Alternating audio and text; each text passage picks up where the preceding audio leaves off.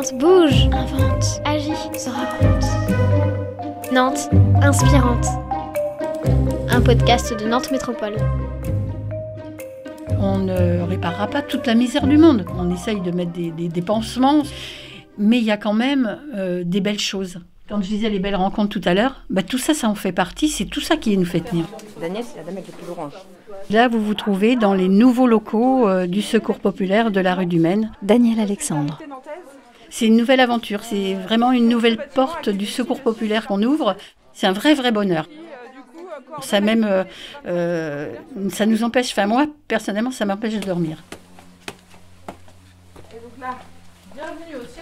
Parce que je fais des plans sur la comète en me disant, là, on pourrait mettre ça pour accueillir encore mieux, là, on pourra faire ça, là, on pourra accueillir de nouveaux bénévoles et puis installer telle activité qu'on n'a pas mis en place.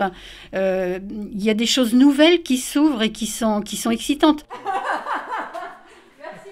Donc je suis Daniel Alexandre, la secrétaire générale du Secours populaire. Je suis originaire d'un milieu des mines d'ardoise. C'était des vrais militants, des syndicalistes purs et durs, des gens engagés. Vraiment, ça m'a ouvert des portes de ce milieu syndical. Et puis j'ai fait un choix difficile il y a 51 ans. Et j'ai fait le choix de me marier avec une personne de couleur.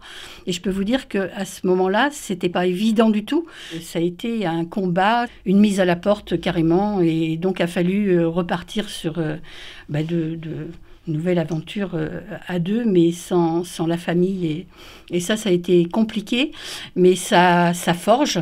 Donc, une vie de combat, une vie de lutte, une vie de belles rencontres avec des gens qui arrivent de partout. Alors, pourquoi le Secours populaire ? Parce que déjà, il y avait une histoire au Secours populaire qui me parlait par tous ces militants qui ont construit le Secours populaire, puisque c'est beaucoup de résistants. Donc, les valeurs du Secours populaire me parlaient vraiment sur la fraternité, l'accueil inconditionnel. Il y a aussi des petites échalotes et de l'ail. Oui. C'est les derniers. Il n'y a pas de jugement, quelles que soient les personnes, quel que soit leur parcours, quelle que soit leur couleur de peau, quelle que soit leur histoire. Et ça me parlait vraiment. Secours populaire, bonjour. C'est pas moi que vous avez vu, mais bon, c'est pas grave. J'ai commencé dans un local de ce qu'on appelle un vestiaire. Et d'ailleurs, ce vestiaire du Quai Renault me parle parce qu'il y a 21 ans, c'est là que j'ai commencé. Et que je me suis construit dans le Secours populaire. J'y ai fait des belles rencontres. Aujourd'hui, depuis 10 ans, je suis secrétaire générale de la Fédération de la Loire-Atlantique. C'est effectivement, c'est une entreprise à gérer. Mais je vais au moins une fois par semaine, si ce n'est pas deux, faire 2 demi-journées de bénévolat au vestiaire du Quai Renault. C'est important pour moi d'aller au contact des gens.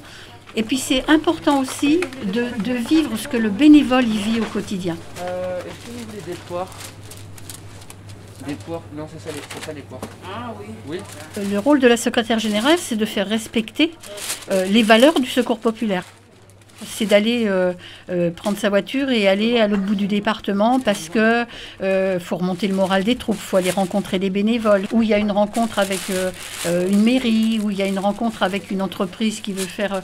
Et donc, au quotidien, il faut là être auprès des bénévoles.